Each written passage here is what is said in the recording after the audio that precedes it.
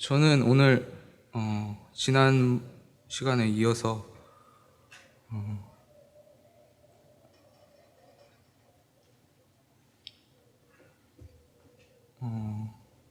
성경 속의 과학과 역사 세 번째 시간, 이번에 역사편을 넘어가 보도록 하겠습니다. 개인적으로 좀 이렇게 시리즈로 이어서 하고 싶은 마음이 있어서요. 오늘은 세 번째 시간으로 역사편인데 세상의 학문, 특히나 이 역사라는 학문이 성경과 동떨어진 것이 아니라 유기적으로 연결되었고, 그 역사가 성경이 참 믿을만함을 지지하고 있다고 보고 있거든요. 저는 개인적으로. 그래서 이 성경을 바르게 이해하는 데 도움이 된다는 입장입니다. 하준 형제님도 요즘에 계속해서 연대기 성경 공부를 하고 계시는데요. 각 시대에 맞는 그 성경 역사와 세계사를 알아야 연대기적 큰 틀을 이해하는 데 도움이 될 것이라는 생각이 듭니다. 근데 오늘 이 시간은 초기 청동기 시대인데요. 왜 청동기부터 시작을 하느냐 의아해하실 것인데, 사실 저희 학교 다닐 때 역사의 시작은 구석기, 신석기부터 했죠. 근데 성경적 관점에서 보면은 시작을 이 청동기부터 시작을 해야 된다고 봅니다. 왜냐하면 해석이 가능한 문자가 생겨난 게 청동기부터거든요. 그래서 선사라고 하면은 역사 이전의 시대, 그래서 글로 역사가 쓰여졌던 이전의 시대를 선사시대라고 해서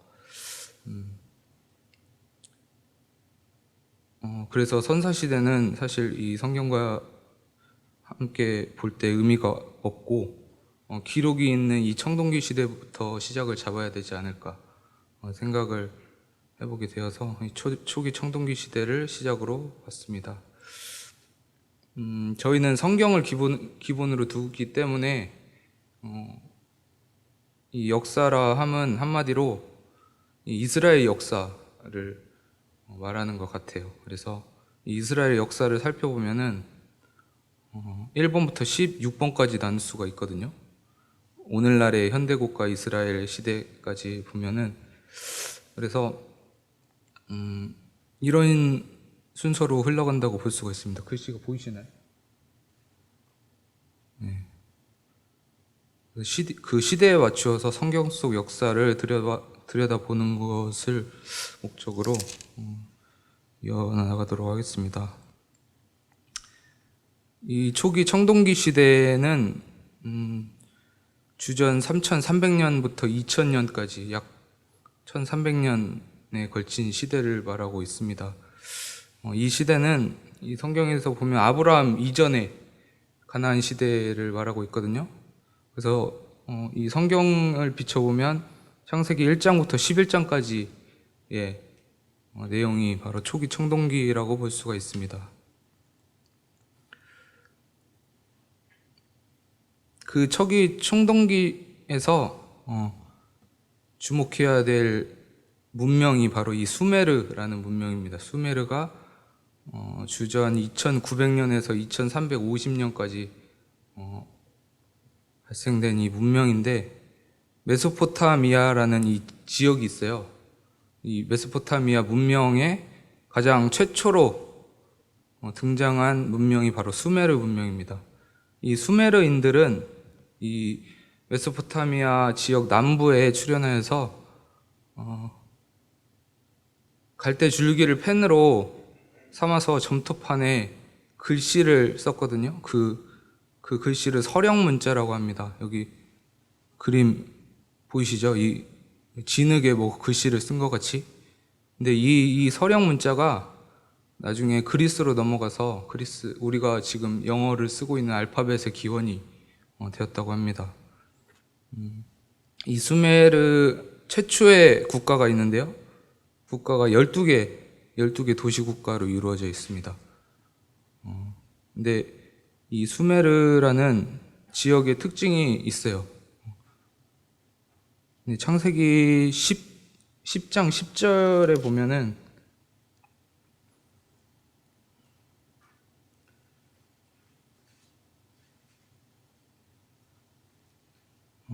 10장 10절에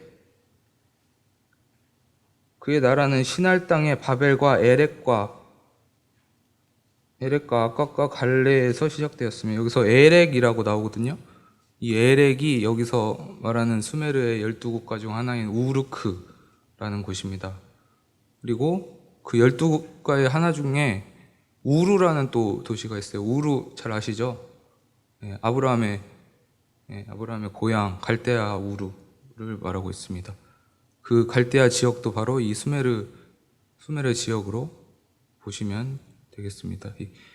이 갈대아의 12개의 도시 국가 연합체가 바로 수메르였습니다. 근데 이 지역의 특징이 영속적으로 완전한 통일을 이뤄본 적이 한 번도 없어요. 그러니까 문명이 끝날 때까지 통일 왕국이 된 적이 한 번도 없었다는 의미거든요. 그 이유는 통일을 하려면 뭘 해야 할까요? 전제적으로 전쟁을 해야죠. 전쟁. 근데 전쟁이 없었다는 의미입니다. 그래서 그 이유는 뭐냐면 이 지역의 전통이 전쟁을 일으키는 것이 그들이 섬기는 신들을 거역하는 행위라고 생각했기 때문입니다. 그래서 다른 지역을 침범하는 행위는 신들을 거역하는 행위였기 때문에 그들에게는 전쟁이 없었다고 합니다. 그래서 통일된 나라가 없었고요. 그리고 그들은 다신교를 섬겼고요. 만신전에 모든 신을 안치하면서 살았습니다. 그 가운데 수메르의 최고의 신이었던 폭풍의 신 엔릴이라는 신이 있거든요. 이 엔릴의 신전이 아까 12개의 도시국가 중에 니푸르라는 도시에 있어서 이 니푸르라는 도시가 이 12개 국가 중에 가장 큰 국가로 발전되기 시작했습니다. 그래서 다른 도시 국가들이 그곳의 지도자가 되려면 이 니푸르에 와가지고 승인을 받아야 돼요. 그래서 그 이후에 즉위식을 치렀다고 합니다. 두 번째 보면 아카드라는 도시가 있어요. 수메르에 이어서 아카드.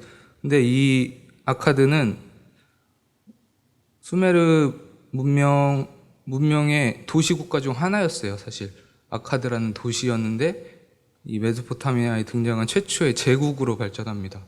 이 말은 어떤 게 되냐면 전쟁을 일으켰다는 거예요. 최초로 전쟁을 일으켜서 제국이 되었다는 것입니다. 이 아카드 제국이. 이 아카드의 창건자의 이름이 사르곤이라는 사람입니다. 사르곤. 그는 이 지역의 전통을 무시하여서 주변 도시각고들을 정복하기 시작을 했습니다. 그래서 메소포타미아 최초의 제국으로 발전을 시켰고요. 그런데 여기 시기를 보시면 이 아카드의 전성기는 150년밖에 되지 않습니다. 아까 수메르하고는 완전히 비교가 되죠. 이 아카드는 금기를 깨고 그들이 정복 전쟁을 하지 않았던 금기를 깨고 정복 전쟁을 일으킨 최초의 국가였습니다. 아카드의 창건자인 사르곤이 제국을 일으켰는데요. 이 아카드 제국은 이후에 메소포타미아 지역의 문화에 지울 수 없는 흔적을 두 가지를 남겼어요. 여기 보이시는 대로 첫 번째는 넓은 영토를 통치하는 1인 군주의 개념을 확립을 시켰습니다. 이때부터 그래서 한 강력한 왕이 넓은 영토의 나라를 다스린다는 개념을 확립을 시켰고요. 두 번째가 아카드어입니다. 이 아카드는 불과 150년밖에 통치하지 않았는데 이 아카드어라는 이 언어가 당시 이집트하고 그리고 지금의 터키 지역인 아나톨리아 지역까지 널리 사용되어서 약 1000년간 공용어로 쓰였다고 합니다. 아카드어가. 신기하죠? 그래서 이 두 번째의 큰 영향이 바로 아카드어이고요. 이 아카드라는 제국은 이후에 구티족의 침략으로 멸망을 당하게 됩니다. 이 아카드가 성경에 나와요. 아까 읽었던 10장 10절에 신할 땅의 바벨과 에렉과 악갓과 갈레에서 시작되었으며 이 악갓이 아카드입니다.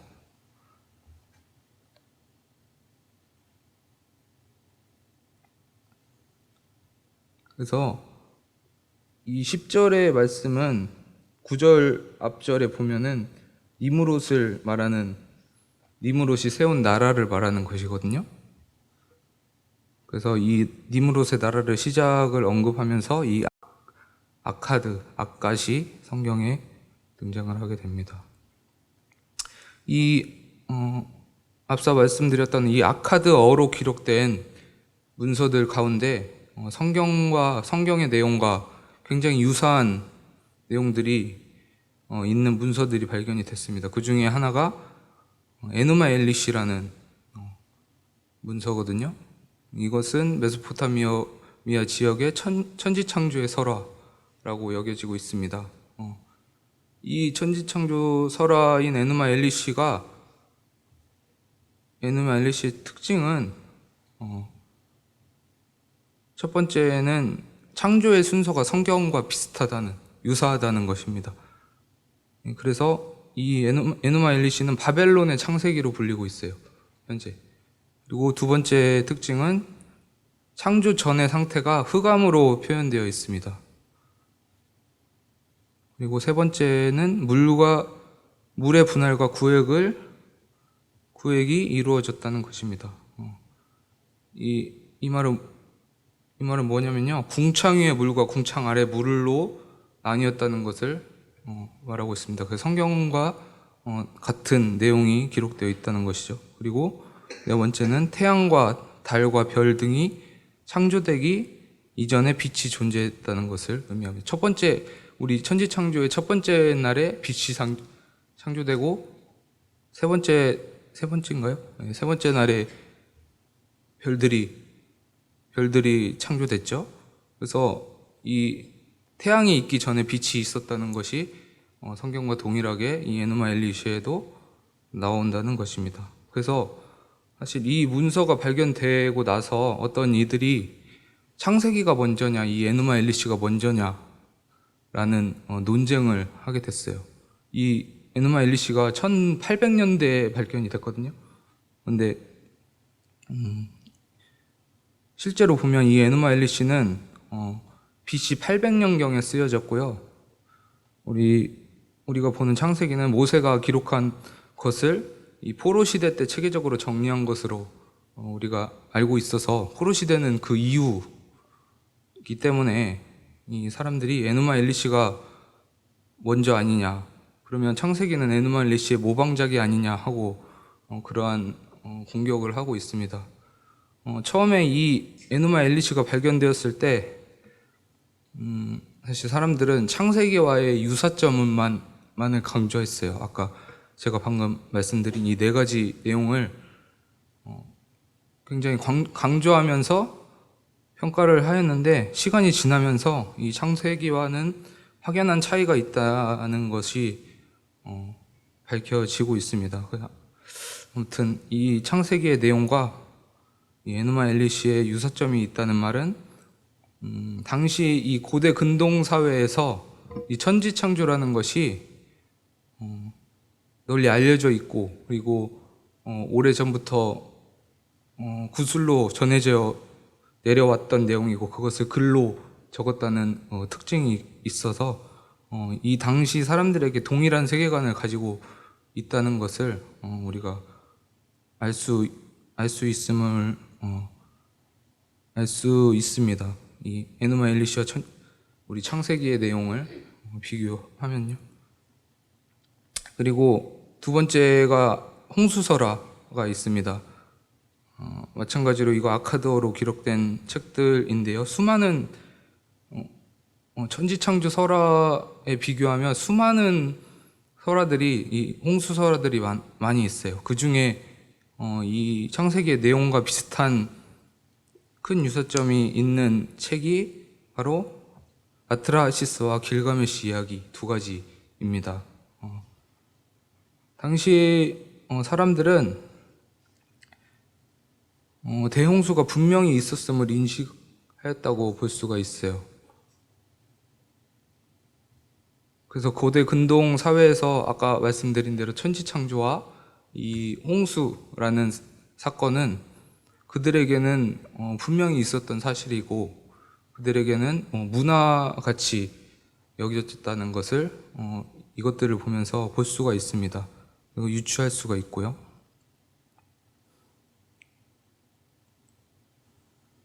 네, 당시 같이 또 발전했던 나라의 역사를 좀 보겠습니다. 바로 이집트입니다.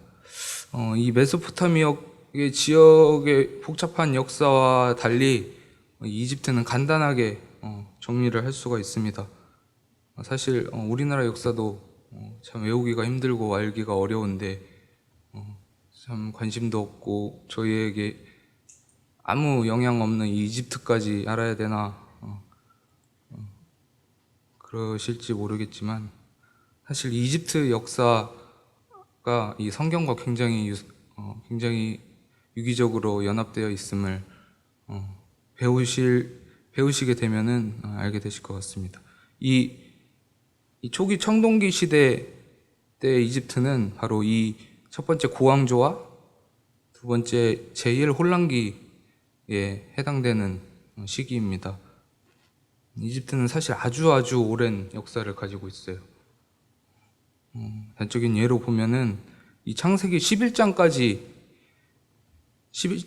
이어진 이 역사였는데 이집트는 벌써 왕조를 이뤘어요. 왕조라 함은 그냥 왕 하나만 세워졌다는 것이 아니고 왕이 아들을 낳고 또 아들을 낳고 그래서 왕조가 무려 10왕조가 있었다는 겁니다. 창세기 11장까지의 시기 동안 굉장히 오래된 나라입니다. 그래서 이 이집트는 여기 6번에 제3혼란기까지가 31왕조거든요. 이 31왕조가 바로 알렉산더에 의해 멸망한 왕조입니다. 그래서 이 이집트는 그리스 알렉산더에 의해 멸망하는 31왕조 전까지 실로 찬란한 문명을 이루었는데 31왕조가 무너지고 이후에는 이 이집트는 이방인 왕조로 이어져요. 그래서 이집트의 명맥을 그 이방인들이 이어갔습니다. 그 가운데 아까 말씀드린 대로 이 초기 청동기 시대는 고왕조와 제1 혼란기로 볼 수가 있습니다.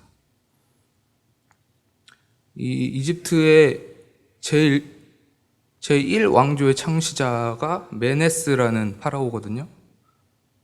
이 우리나라의 당군과 같은 존재입니다. 이집트에서.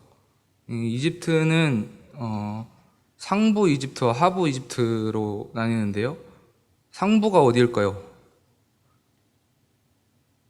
상부가 여기 아래쪽입니다. 남쪽. 우리나라하고 좀 개념이 다르죠. 하부 이집트가 위쪽, 이 나일강 삼각주가 있는 위쪽이 하부 이집트예요. 그래서 강이 여기서는 남쪽에서 북쪽으로 흘러갔기 때문에 그래서 상부 이집트는 이 남쪽이고 하부 이집트가 북쪽이라고 볼 수가 있습니다. 근데 이 상부 이집트와 하부 이집트를 최초로 통일한 왕이 이 메네스라는 왕이고요. 최초의 파라오가 됩니다. 파라오가 왕을 지칭하는 거죠.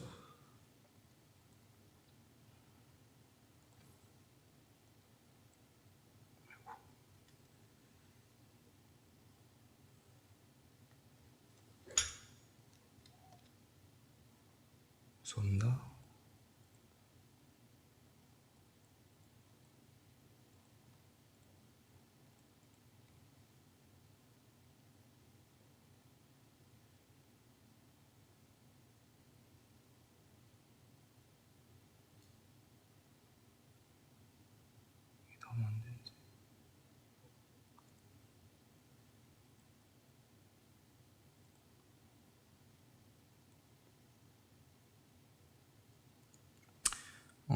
이 고왕조 시기의 가장 중요한 특징이 바로 피라미드 건설입니다. 피라미드를 건설함으로 이 파라오에게는 신적인 권위가 주어졌거든요. 바로 이 파라오가 죽으면서 바로 신이 되었다라는 것을 보여주기 위해서 이 피라미드를 지었다고 합니다. 최초의 피라미드가 제3왕조인 조세르의 피라미드인데요. 이집트에는 지금 한 80개의 피라미드만 남아 있다고 합니다. 그 전에는 더 많았는데 80개 피라미드가 남아 있는데 그 대부분이 바로 이 고왕조 시기에 만들어졌다고 합니다. 최초의 피라미드는 이 조세르의 피라미드이고요.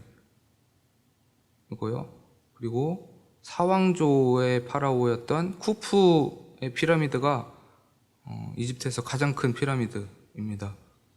이게 세계 7대 불가사의 중 하나라고 여겨지거든요. 높이가 170m, 돌의 무게가 600만 톤. 짐작이 가시나요? 600만 톤? 근데 이 시대가 바로 아브라함 이전의 시대예요. 아브라함 이전의 시대에 이러한 기술이 있었다는 겁니다. 그리고 각 변의 길이가, 이 피라미드가 사각형으로 되어 있거든요. 각 변의 길이가 250m인데 정사각형으로 되어 있어요. 근데 그 각 변의 길이 250m가 각 변의 오차가 20cm 미만이랍니다. 고대 이 이집트의 기하학과 건축 수준을 이 피라미드를 통해서 엿볼 수가 있다고 볼 수가 있습니다. 저도 꼭 이집트에 가보면 이 피라미드를 구경을 하고 싶다는 생각이 들었습니다. 이 피라미드 건설이 사왕조의 절정을 이루다가 오왕조에 와서 쇠퇴를 하기 시작하는데요. 이것이 이 태양신 혁명이라는 사건과 연관이 됩니다. 이 태양신 레라는 태양신이 있거든요. 근데 원래는 이 태양신 레는 헬리오폴리스라는 도시의 지역신에 불과했어요. 근데 이 헬리오폴리스의 지도자가 나중에 이집트의 파라오가 되거든요. 그러면서 덩달아 이 태양신 레도 승격을 하게 됩니다. 그래서 태양신이 이 이집트 전체의 신으로 승격을 한 이후에 이 파라오라는 존재는 태양신의 아들로 신격화되고, 그리고 이 헬리오폴리스라는 도시의 태양신 신전의 사제들은 권위가 파라오에 능가할 정도로 변하게 됩니다. 이 성경에서 헬리오폴리스는 온이라고 표현이 되어 있거든요. 온, 이 창세기 41장 45절에 보면은 요셉의 장인이 나오죠. 요셉은 아스낙과 결혼을 하는데 그녀의 아버지는 온의 제사장으로 섬겼던 보디베라였다고 기록되어 있습니다. 그래서 이런 것을 미루어 볼 때 요셉의 장인은 이 헬리오폴리스의 태양신의 제사장으로 볼 수가 있습니다. 41장 45절, 그가 요셉의 이름을 사브나 파네아라 하고 또 온의 제사장 보디베라의 딸 아스낫을 그에게 주어 아내로 삼게 하니라. 요셉이 다가 애굽 온 땅을 순찰하니라.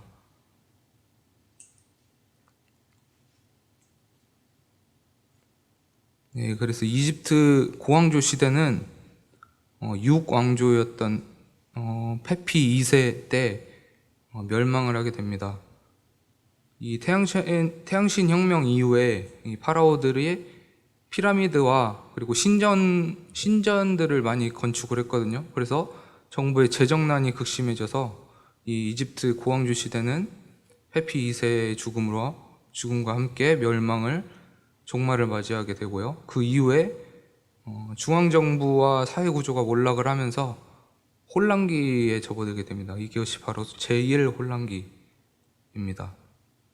이 제1 혼란기의 특징은 법전이 없었다는 거예요.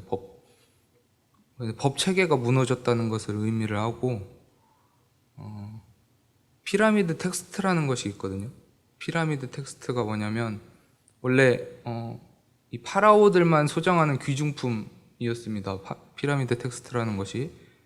근데 이 시기가 되면서 이 피라미드 텍스트는 영생 복락을 기원하는 주술문이 쓰여졌던 것인데, 이 혼란기가 되면서 돈 많은 평민들 그리고 지방 호족들이 이 피라미드 텍스트를 갖게 되었어요.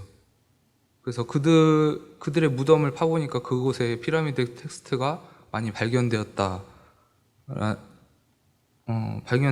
게 특징이었습니다. 그래서 혹자는 이렇게 말합니다. 이 피라미드 텍스트가 영생을 가져다주는 주술문인데 왕뿐만 아니라 다른 일반 평민들도 가지게 돼서 이 영생의 민주화 시대를 이루었다라고 말을 했다고 합니다. 정리를 해보면 이 초기 청동기 시대의 성경의 사건은 크게 네 가지로 볼 수가 있습니다. 첫 번째, 천지창조가 있고요. 두 번째, 타락을 해서 에덴 동산에서 쫓겨났던 사건이 있고, 그리고 세 번째, 홍수 심판이 있습니다. 그리고 네 번째, 바벨탑 사건이 그래서 초기 청동기 시대에는 성경의 주요 사건이 이 네 가지로 볼 수가 있습니다. 그리고 노아의 후손들과 열방의 민족들에 대해서 창세기 10장 1절에서 32절까지 기록이 되어 있는데요. 이 노아의 후손들이 흩어져서 70개의 열방이 되고, 그 중에 아까 말씀드렸던 악갓이 있었다고 말씀을 드렸습니다.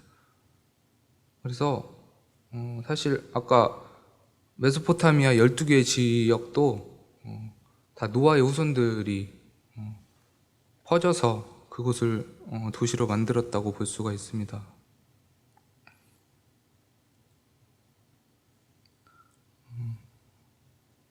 한 인물에 대해서 조금 생각을 해보고 마치도록 하겠습니다. 창세기 10장 8절에서 9절 말씀에 보면은 굿수가 또 니므롯을 낳았으니 그는 세상의 첫 용사라.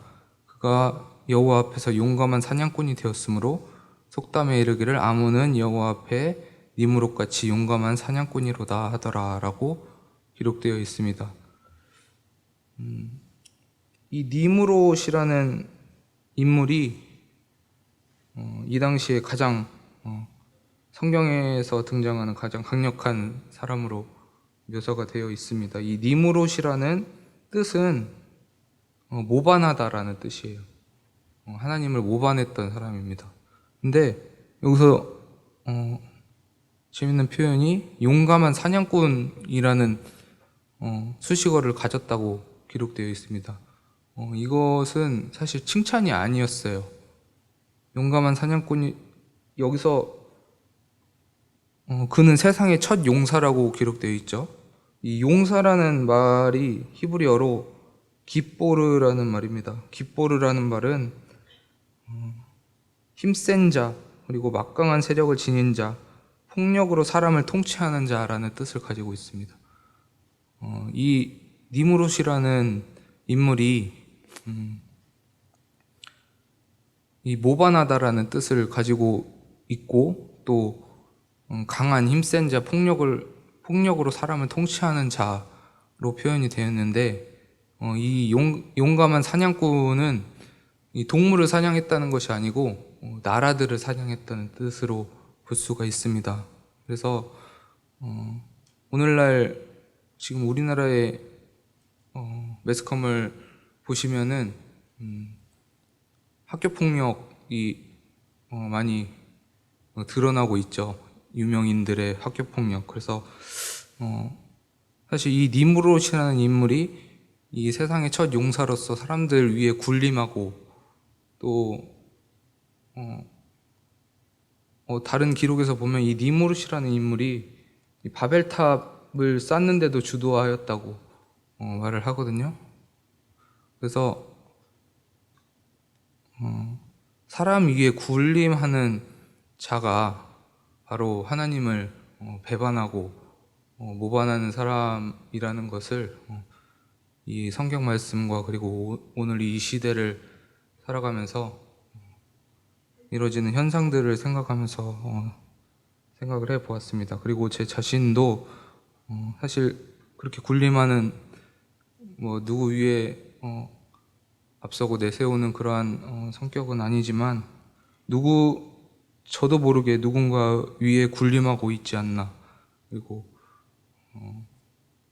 그 과거에는 그렇게 살아왔지 않나, 그런 것들을 잠시나마 생각해보는 이 니무롯이라는 인물을 통해서 그러한 생각을 갖게 되는 시간이 된 것 같습니다.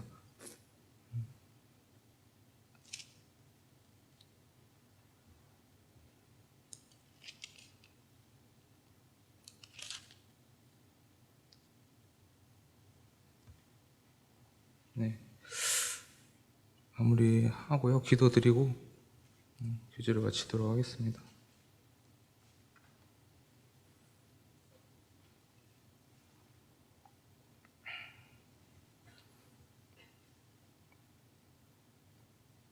아버지 하나님, 감사를 드립니다.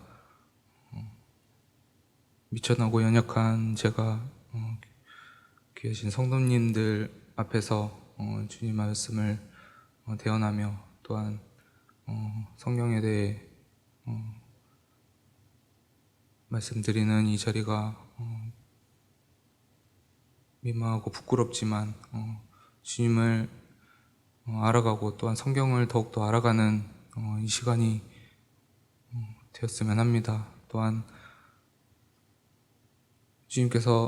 하나님께서 가르치시는 이 말씀과 그리고 이끌어 가시는 모든 역사의 가운데 하나님을 발견하며 또한 저희를 향한 그 뜻이 무엇인지 이 성경을 통해서 알 수 있는 저희들이 될 수 있도록 도와주시고, 또한 이 시대를 살아갈 때